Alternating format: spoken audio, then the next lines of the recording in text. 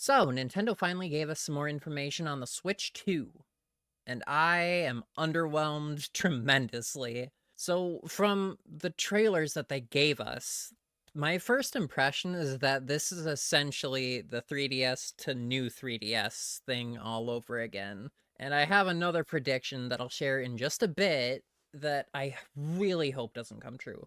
But first, let's talk about the fact that Nintendo is definitely doing Nintendo stuff with this.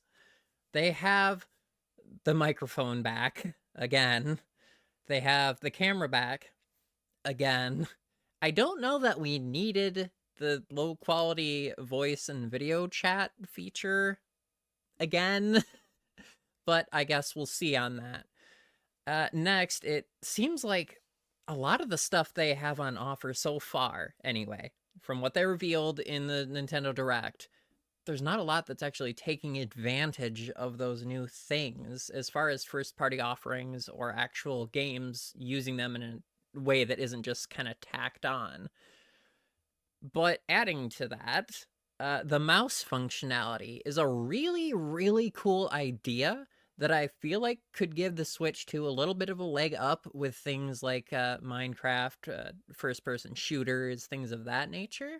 If the mouse functionality is as precise as an actual computer mouse, that will remain to be seen.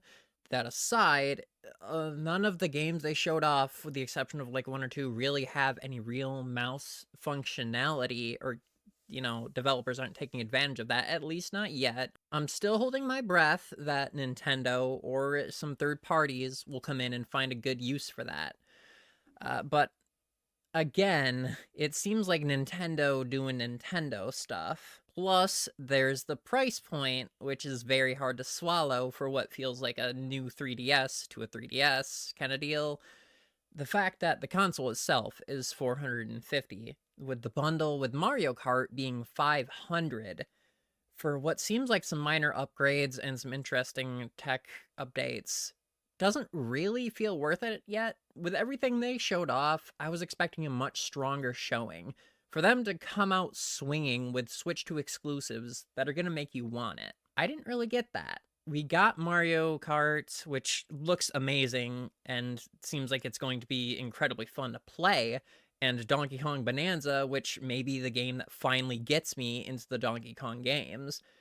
But beyond that, there's not a real reason to pick it up. Granted, I did squeal as soon as I heard the GameCube startup noise, and the fact that they're adding that to the Switch online catalog is great. But for $450, when I could just emulate it for free, that isn't worth it to me. On top of that, a lot of the games they had on offer there were just ports from the Switch. A lot of them with completely seemingly unnecessary and kind of lackluster features that don't really warrant buying them all over again, or even if we have them, we have to pay for the upgrade for the Switch 2, which again, it's a hard pill to swallow. Add in the $70 to $90 price tag for first party games. That's a little steep. That's a little hard to swallow, especially with the current economy here in the US, which, not to mention, thanks to the tariffs imposed recently by President Pig, we can't pre-order it right now. The pre-orders went up, and now we can't have them. We can't pre-order it anymore. And there may also be price increases based on how those tariffs pan out by the time of the Switch 2's launch, which they said will not be delayed in the US, but still the price might be even higher, including for games, which I'm already real hesitant to buy on launch day, or even close to launch day. This feels like the PS5 all over again. A decent system launching with just about nothing to really show for it. I understand that in the current console market, this is the kind of pricing that they would likely have to to remain profitable with the losses that they probably incur from the console manufacturing. I get that. That's fine. But then I have to question why they went the extra mile, cramming back in a microphone and camera and all that stuff that I thought we left behind that aren't being taken advantage of.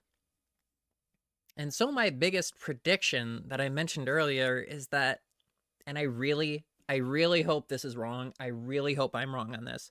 I want to be wrong, but it feels like the Switch is the Wii and the Switch 2 is the Wii U. And I don't like that comparison. I don't like making it, but that's kind of how it's feeling. All of the features that they showed off for the Switch 2, great. I'm sure there's lots of stuff that we can do with that. But I'm also a bit worried because it feels kind of like the Wii U gamepad all over again. But I'm going to try and remain optimistic that Nintendo is going to announce some crazy stuff that's going to make it all worth it in the end.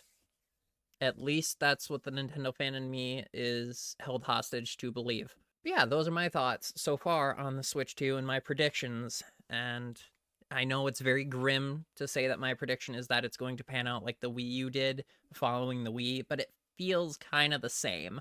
The Switch, incredibly, wildly successful system that nobody saw coming, came out of nowhere, just like the Wii. The Wii U, an attempt to iterate on that with a bunch of features that never ended up being used and is now viewed as a failure because it was hard to develop for, and there were gimmicks that just never panned out. This feels the same. I'm scared